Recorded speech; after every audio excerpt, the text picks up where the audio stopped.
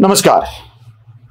द्रुपद राजाच्या दरबारामध्ये त्याचा पण पूर्ण करून अर्जुन, ब्राह्मण वेशातला अर्जुन द्रौपदीला वरून घेतो.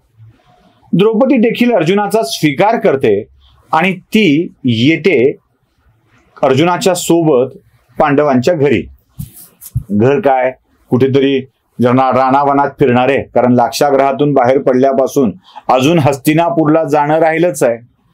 त्यामुळं जिथे कुठे ते राहतायत तिथे द्रौपदी येऊन पोहोचते.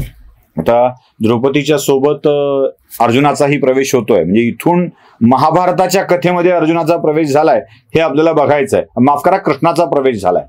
महाभारताच्या कथेमध्ये कृष्णाचा प्रवेश याच ठिकाणावरून झालाय. मी गडबडीनं अर्जुन म्हणालो, पण अर्जुन नाहीये, कृष्ण आहे. अर्जुन द्रौपदीला घेऊन कुंतीकडे येतो आणि कुंती अशी पाठमोरे काम करते आणि तो म्हणतो, बघ आई, आज काय जिंकून आणलंय. आई नेहमीप्रमाणे म्हणते, जे आणलंय ते 5 जणात वाटून घ्या. आणि मग प्रश्न पडतो की द्रौपदीची 5 जणात विभागणी कशी करायची. आईचा शब्द प्रमाण मानून 5ही भाऊ द्रौपदीला आपली पत्नी म्हणून स्वीकारतात. खरं तर हे अवघड वाटावं असं कारण आहे सगळं. म्हणजे कसं काय असं नुसतं आई म्हणाली, आणली एका बायको, घ्या रे वाटून, वस्तू समजलाय आणि घेतली वाटून, 5 जणांनी बायको करून घेतली. जरा कठीण आणि पचायला अवघड आहे ना, पचायला अवघड आहे. काय असेल कारण की द्रौपदीला 5 जणांची पत्नी व्हावं लागलं, तिला पांचाली व्हावं लागलं. ती पांचाल नरेश, द्रुपदाची कन्या म्हणून पांचाली, पण तिला काय माहित तिच्या आयुष्यात 5 नवरे येणार होते म्हणून ती पांचाली. खरं तर यात मला एक थोडी मानवी भावना वेगळी दिसतीये. म्हणजे हे माझ्या मनाचं ऍडिशन आहे. हे झालं, तुम्ही महाभारताच्या कथेमध्ये घेऊ नका, कथेत काय ते पण सांगणार आहे. द्रौपदी सारखी सुंदर कन्या अर्जुनाला पत्नी म्हणून मिळाल्यानंतर, म्हणजे तुम्ही लक्षात घ्या, मागच्या वेळेला हिडिंबापासून भीमाला काढून आणण्यात आलेलं आहे. कुंती काय म्हणाली होती, भीमा तुझी जागा जंगलात नाही आहे, तुझी जागा जंगलात नाही आहे, राक्षसांसोबत राहण्याची नाही आहे, तुझी जागा महालात आहे. तिथे तू खरा राजपुत्रासारखा वावरला पाहिजेस. राक्षसांसोबत संसार करणे हे तुझं काम नाही आहे. कुंती तिथून काढून आणतीये. म्हणजे भीमाचं संसार सुख कुंतीनं काढून घेतलंय आणि आता एकट्या अर्जुनाला ते सुख मिळणार आहे. ते जरासं अवघड झालं असतं. या पुढच्या काळामध्ये एकट्या अर्जुनाचं लग्न झालं आहे आणि अशी सुंदर स्त्री एकट्या अर्जुनाकडे आहे, हे 5 भावांच्यासाठी खूप अवघड झालं असतं. हे माझं मत आहे, हे फक्त माझं मत आहे. म्हणून कदाचित कुंतीने हा निर्णय घेतला असावा. पण या निर्णयाच्या पाठीमागे काही ईश्वराचे संकेत होते. काय संकेत होते? 2 वेगवेगळ्या कथा सांगितल्या जातात. द्रौपदीने आदल्या जन्मी भगवान शिवाची तपश्चर्या केली आणि भगवान शिव प्रसन्न झाल्यानंतर वरदान माग देण्यासाठी आले. आणि त्यावेळी द्रौपदीला भगवान शिवानी माग काय मागायचे ते सांगितलं. द्रौपदी, आदल्या जन्मातली द्रौपदी भगवान शिवाच्या समोर हात जोडून उभी होती. ती म्हणाली, देवा, प्रामाणिक आणि धर्मज्ञ असलेला, बलसंपन्न, सशक्त, धनुर्धर, उत्तम धनुर्धर, त्यानंतर देखणा आणि ज्ञानी असा पती मला दे. बघा काय काय मागितलंय तिने सांगितलं. धर्मज्ञ दे, बलशाली दे, धनुर्धर दे, देखणा दे आणि ज्ञानी दे. भगवान शिव म्हणाले, एवढ्या सगळ्या गोष्टी फक्त देवात असू शकतात, माणसात नाही. आणि मी तुला देवाची बायको करू शकत नाही. ती म्हणे, मला तर हे सगळे गुण पाहिजे, असा पती मला दे. पती दे, पती दे, पती दे, पती दे म्हणून ती मागायला लागली. भगवान शिवाने तिला तथास्तु म्हटलं, पण सांगितलं की हे सगळे गुण एकात असणं कठीण आहे. त्यामुळं हे प्रत्येक गुण असलेला वेगवेगळा पती तुला मिळेल आणि एका जन्मात असा धर्मज्ञ, बलदंड, धनुर्धर, देखणा आणि ज्ञानी पती तुला मिळेल. मग धर्मज्ञ यम, बलदंड भीम, धनुर्धर अर्जुन, देखणा नकुल आणि ज्ञानी सहदेव, अशा 5 पतींची प्राप्ती द्रौपदीला झालेली आहे. हे एक शिवाचं वरदान, याला वरदान समजायचं का शाप समजायचं का काय समजायचं का काही वेगळी व्यवस्था समजायचं, हे आपापल्यावर ठरवायचं. कारण प्रत्येक घटनेला एक कारण असतं, कार्यकारण भाव असतो.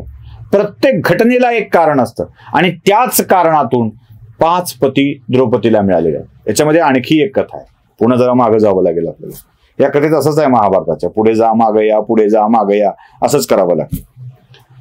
जुन्या काळी मौद्गल्य ऋषी नावाचे एक ऋषी होते आणि या मौद्गल्य ऋषींची पत्नी होती नलायनी. आता या नलायनीला आणि मौद्गल ऋषींचा संसार फार सुखाचा नव्हता. कारण हे मौद्गल्य ऋषी जे होते ते वृद्धावस्थेत होते, आजारी होते, शरीरावर जखमा होत्या, त्यांना सतत खोकला यायचा, ते कुठेही थुंकायचे, त्या जखमा नीट होत नव्हत्या, त्या चिघळायच्या, त्यामुळे शरीराला सतत दुर्गंधी असायची. तरीही कोणतीही तक्रार न करता ही नलायनी मौद्गल्य ऋषींचा सगळा उपचार करत होते, त्यांची खूप सेवा करत होते, अगदी पतिव्रता धर्म निभावत होते. शेवटी मौद्गल ऋषींना तिच्या सेवेवरून ते प्रसन्न झाले आणि मौद्गल्य ऋषींनी सांगितलं, तुला हवंय तरी काय, माग, मी तुझ्यावर प्रसन्न आहे. ते म्हणाले, आपण एवढे छान पती आहात, एवढं सगळं आहात, माझी एक इच्छा अपुरी आहे, ते म्हणजे पतीसोबत छानसे संबंध ठेवण्याची, प्रणय करण्याची, पतीसोबतचे संबंध ठेवण्याची माझी खूप इच्छा अतृप्त आहे आणि ती आपण मला पूर्ण करावी, ते सुख मला द्यावं, ही माझी अपेक्षा आहे. मौद्गल्य ऋषी प्रचंड ज्ञानी, विद्वान, अगदी वेगवेगळ्या विद्या हस्तगत असलेले.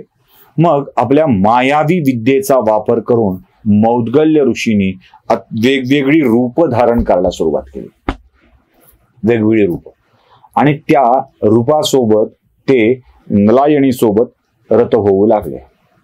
रती सुखाच्या परमोच्च आनंदात सुखात नालेली नलायनी या वारंवारच्या संबंधाने सुद्धा तृप्त होत नव्हती आणि ती मौद्गल्य ऋषींच्याकडं त्याच सुखाची वारंवार मागणी करू लागली. आता तिच्या या कामवासनेत आकंठ बुडालेल्या आणि मागणी करू लागलेल्या एकूणच वृत्तीचा मौद्गल ऋषींना आता तिटकारा येऊ लागला होता, आणि त्यांनी चिडून जाऊन तिला नलायनीला शाप दिला. ते म्हणाले, अगं तुझी कामवासना थांबता थांबत नाहीये, जा, मी तुला शाप देतो की आता या पुढच्या काळात, तुझ्या पुढच्या जन्मात तुला अनेक पतींशी संबंध ठेवावे लागतील, ह्याच तुला माझा शाप आहे. हीच नलायनी पुढे याज्ञसेनी बनून अवतीर्ण झाली द्रुपद राजाच्या घरी. यज्ञातून ती जन्माला आली. शिवाच्या आशीर्वादानं तिला 5 पती मिळणार होते. नलायनीला मिळालेल्या शापामुळे तिला अनेक पती मिळणार होते. आणि हे सगळं घडवून आणताना आणखी एक कथा लक्षात ठेवावी लागेल. द्रुपद राजा ईश्वराकडे काय मागत होता? द्रुपद राजा ईश्वराकडे अशा पुत्रांची मागणी करत होता की जो कुरुवंशाचा नायनाट करेल, भीष्माच्या द्रोणाच्या मृत्यूला कारणीभूत ठरतील असे पुत्र हवे होते. म्हणून अंबा जी निघून गेली होती ती शिखंडीच्या रूपानं द्रुपद राजाच्या पोटी जन्माला आली. द्रोणाचा वध करण्याची जबाबदारी धृष्टद्युम्नावरती आली आणि कुरुवंशामध्ये जे मोठं भांडण लागलं त्याचं कारण द्रौपदी ठरायची होती. प्रत्येकाच्या मनात बदल्याची भावना अधिक दृढ व्हायला हवी होती आणि ती दृढ झालेली भावनाच कुरुवंशाचा नायनाट करणार होती, हे लक्षात घ्या. म्हणूनच द्रौपदी या 5 जणांची पत्नी झाली. पुढे द्रौपदीवरती अन्याय झाला, तेच कारण ठरलं कुरुवंशामधल्या प्रचंड मतभेदाचं. पुढे द्रौपदीच्या 5 पुत्रांचा देखील कृपाचारी आणि अश्वत्थामा मिळून वध करतात. कुरुवंशाचा नायनाट होण्याचं कारण द्रौपदी ठरते. तिचे मोकळे केस भीमाला वारंवार आठवण करून देतात की हिच्या केसाला स्नान घडवायचं आहे. ते दुर्योधनाच्या रक्ताने त्याची मांडी फोडून तिचं घडवायचं आहे याची आठवण करून दिली जाते. तिचे मोकळे केस सापासारखे अर्जुनाच्या मनाला डसत राहतात आणि सांगतात की आपल्याला त्या कर्णाचा वध करायचा आहे ज्यानं आपल्या पत्नीला वेश्या म्हणून संबोधलेलं आहे. प्रत्येकाला एकेका विषारी बाणाची टोचणी द्रौपदीचे मोकळे केस देत राहतात आणि कुरुवंशाचा नायनाट करण्याचा कारणभूतच द्रौपदी ठरते. म्हणूनच ही सगळी व्यवस्था आहे. आणि आता या घरात द्रौपदीच्या सोबत आलाय तो भगवान श्रीकृष्ण आणि महाभारतामध्ये भगवान श्रीकृष्णाच्या कथाला प्रारंभ होतोय. पुढे आपण त्याच कथा बघणार आहोत. नमस्कार.